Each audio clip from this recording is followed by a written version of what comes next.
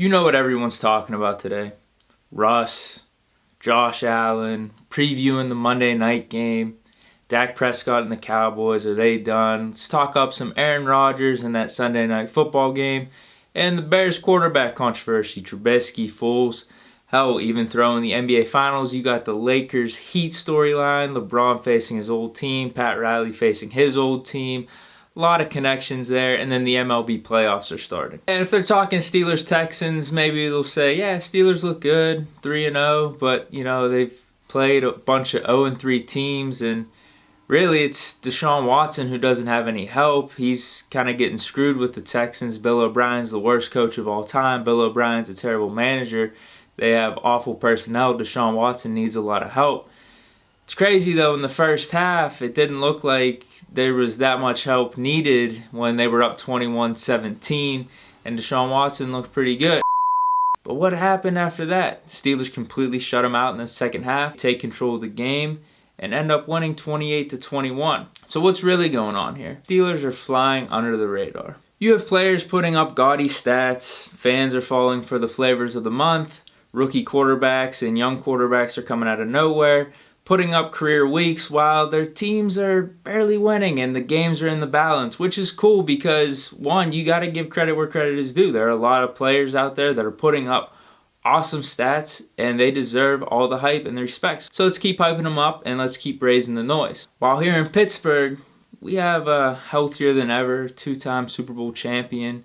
Looks like he turned back the clock 5 years, just completely leading a team, orchestrating drives, being surgical before halftime, leading these great 2-minute drills, playing winning football, complimentary football, where we're just controlling the game, especially in the second half of yesterday's game. And you're not hearing much of a peep from it. You may say, oh, that's all well and good, but maybe the rushing game is a little bit off.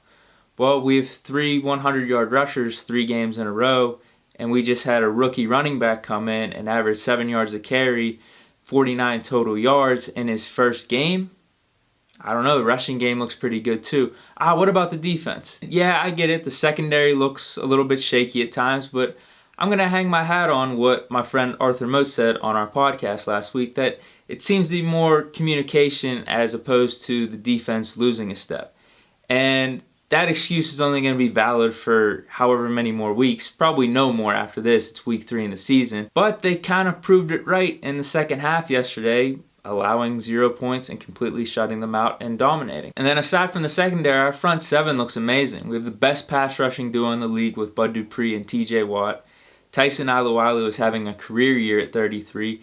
Cam Hayward, all-pro. Stefan Tuitt, healthy. All 3 of them are wreaking havoc on the line. And don't let me forget about young stud at linebacker, Devin Bush, and then Vince Williams, who's also probably playing his best season in his career and is one of the top rushing inside linebackers in the league. And here I was going to come on here and talk about other teams around the league, other players around the league, and how they're getting overhyped, they're getting talked up way too much. But I think that's the opposite of what we want to accomplish. I don't want to put any bad energy out there. I don't want to waste my energy at all on that type of stuff. So go ahead, keep talking, keep hyping, keep the noise levels at a max. While here in Pittsburgh, we will keep playing complimentary, winning football as we hit our stride. And at this point, you know what? You can have all the talk. I don't want you talking about us. My mindset is already on Tennessee. And I know that's what Steeler players and coaches are thinking as well. We got a pretty damn good team. Now that I'm done with that monologue, whatever the hell you want to call it, either way, we're flying under the radar for sure. I just wanted to talk about 5 things that I liked about yesterday's game that also may be flying under the radar or may have already been forgotten or will be forgotten when we look back on this game. So there's 5 things. So number 1 is Juju's catch and run for the first down in the first half, the first quarter actually. Now he's been doing this a couple of times this year where he's been able to catch a short pass and then really finish the run 7 or 8, even 10 yards down the field to get a first down or just kind of put the opponent on the ground. We all knew Juju's catch and runs and just his ability to maneuver in open space is one of his strengths, where you just get him the ball and then he could make a run and figure it out along the way. But this year, I don't know, some of these runs are just feeling different. He's finishing them with authority. And this is something, honestly, outside of rewatching the highlights, that I kind of forgot just because of all the drama that ensued in the game after this play. I mean, it was in the first quarter. It can be easily forgotten, but I just wanted to give Juju a shout out for the number one thing. Not in any particular order. These are just 5 things. Number 2, Ben's overthrows. You may be saying, Deke, you're an idiot. These are incomplete passes. How are overthrows any good? Like I said, it's just one of those things. We could say all the obvious things. Ben's touchdown passes, the Ebron's play, McFarland's. Now, we could talk about all those are the obvious things. But to see Ben overthrow with all the stuff in the offseason, is Ben's arm going to be good? He's saying it's going to be better than ever. To see him overthrowing these receivers and just to see how the ball flight is, it's nice. Worst case scenario, we can maybe get a pass interference call. It's just a loss of down. It keeps the defense honest.